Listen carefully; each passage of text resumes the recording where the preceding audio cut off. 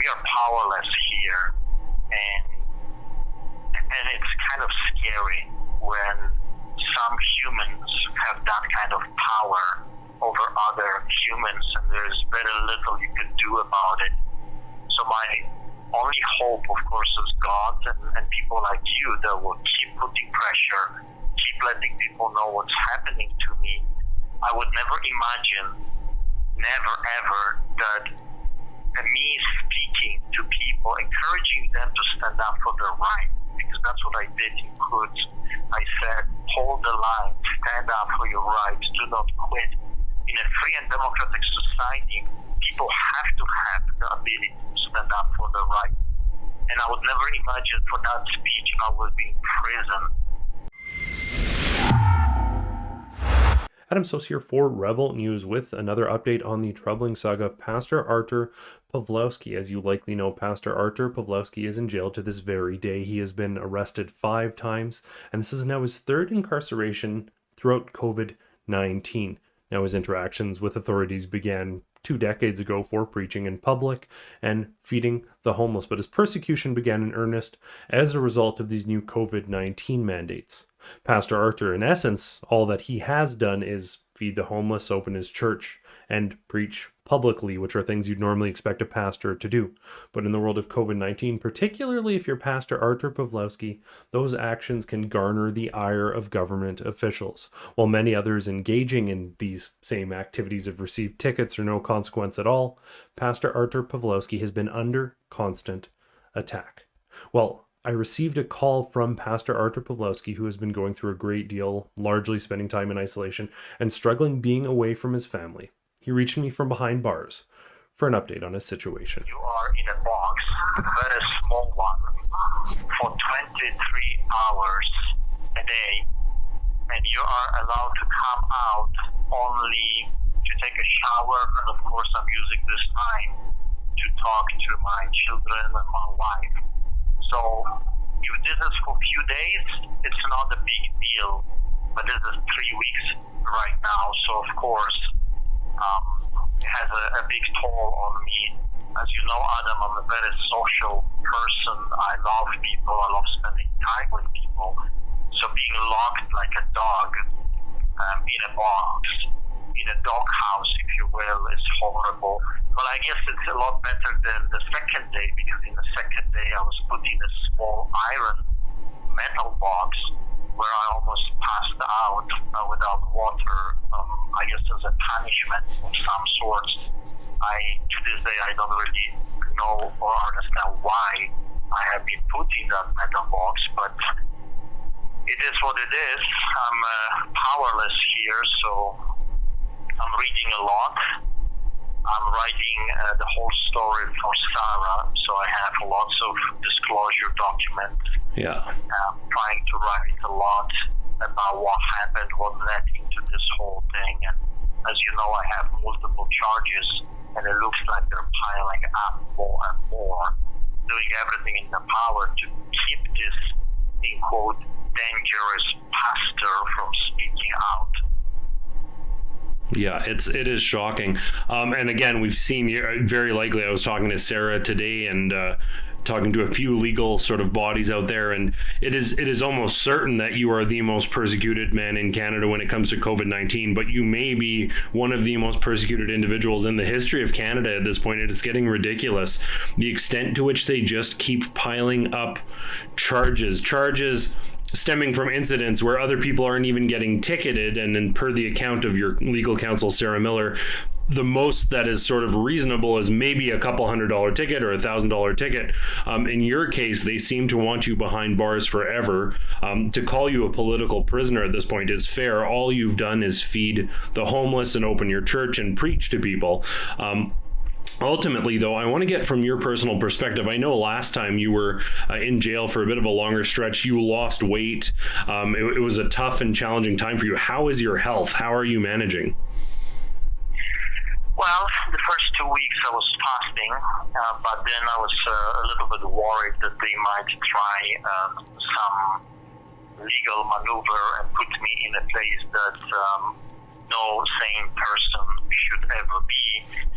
So I had every day people coming to me and kind of trying to trick me into saying that this is political or this is a hunger strike and stuff like this. And I kept saying that this is my religious right, it's fasting, and I've done it before many times. So, but then 2 weeks later, 2 weeks, 14 days I was fasting, I decided that my wife will take over, because telling you the truth, Adam, we are powerless here, and it's kind of scary when some humans have that kind of power over other humans, and there's very little you can do about it. So my only hope, of course, is God and people like you that will keep putting pressure, keep letting people know what's happening to me. I would never imagine, never ever, that me speaking to people, encouraging them to stand up for their right, because that's what I did in Quds. I said, hold the line, stand up for your rights, do not quit. In a free and democratic society, people have to have the ability to stand up for their right. And I would never imagine for that speech I would be in prison. It's still shocking to me if you would ask me. I'm still puzzled how this happened, how low our justice system has fallen. If now you have a pastor that came to encourage people that are hurting for 2 years to fight for their right, and right now I am in prison without trial, without ability to really defend myself at this moment, and yet here I am, 23 hours locked like a vicious blood murderer, I guess, in a box, and there is absolutely nothing I can do about it. So, but this is the reality. And when I heard the Prime Minister, his comments, his statement about Ukraine and Russia, I just almost wanted to eat the radio. What a hypocrite. But those people have lost the tide of reality. The very thing that they're accusing Putin, they have done to their own citizens, trampling people with horses, laughing about it, keeping pastors in prison just because they disagree with my point of views, our point of views. That's exactly what Putin has been doing all those years. We have entered a totalitarian regime.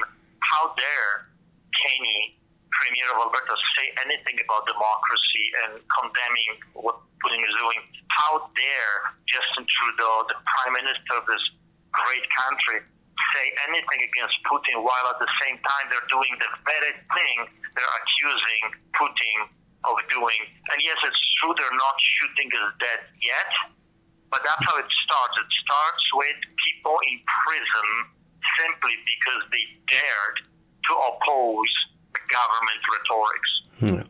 So we are hearing some troubling things. You were in isolation, you were then let out, but seemingly without basis, they reversed that decision. You're now effectively in isolation again. We're also hearing some things, some other inmates telling you that the guards suggested maybe they should rough you up. Is that true? Yes, actually that one day that I was allowed to spend a few hours with other inmates, because remember, I was put in isolation for COVID, in quote, but that was it was the first 14 days. Now it's 20, and I'm still in isolation. But this one day when I had an opportunity to talk to them, I was told that they were asked by some guards to beat me up. And they were also being pressured that because of me and because of the protests, they are not allowed to see the loved ones. So there is a huge psychological game going on. They're being pressured to punch me out, to beat me up. But you know, those people, those inmates are amazing. They're really, really awesome. You know what this man said that this guard proposed to him to beat me up? He says, how can I do that? He is a clergyman. He is a priest. Yeah. And he should not be here. He's not a criminal like us. He should not be here. I'm not going to beat him up. So it looks looks like the inmates are a lot more decent and just than the guards. But I want to be fair. There's some good guards here, guards that treat me with respect, that do their job, and they're not abusing their power. So I want to be fair. Not everyone from the guards is bad. There's some good people here as well, and I'm very glad that they are. Yeah. Well, Artur, I'm so sorry for what you are going through. I think everyone out there, maybe outside of the government and the judicial system, even some people within the judicial system would agree that despite mandates, despite restrictions, despite all that, ultimately all you have done is care for the homeless community, open your church and preach to people, which are all arguably charter protected actions. So it is very sad to see you as a political prisoner. It is very good to hear your voice, though. For people out there faced with so much chaos in the world right now, with some of the restrictions and mandates starting to end, do you have any words out there so people remember your story, so people don't forget the thousands of people who have lost their jobs, the pastors who've been put in prison, and all the people that have suffered at the hands of this government overreach? Well, I will say to everyone that is listening the same thing that I have been saying for those past 2 years. Hold the line and remember their names. There will come a time, there has to be a time when we will make those people accountable for what they have done to our loved ones, for what they have done to our economy. There has to be a time where justice will prevail. Right now, we are living in a justless society where it seems those that have guns and political power and the media, corrupted media behind them, can do whatever they want and say whatever they want. They can party at the Sky Palace, they can travel everywhere they want, they can flood the mandates that they have put in place and restrictions. But for the rest of us, we have become their slaves. We've lost our democracy. So what I want to say to everyone that is listening, do not lose hope. Hold the line. Keep fighting for your right. Sooner or later, truth will come out. And what a glorious day this is going to be. Do not lose hope. Pastor Artur, thank you so very much. We appreciate, I know it's hard to get a call out from inside the jail there, so I appreciate you calling, getting this message out, and we're certainly going to relay it to the best of our ability to everyone out there. Thank you so much, Adam. God bless you, and thank you so much, Rebel, for not forgetting about me. And when I will come out, there's so many stories that I want to share. The system is broken. The justice system is broken. The jail is broken. Our political system is broken. It needs lots of fixing, and we need good people to step up and run for offices.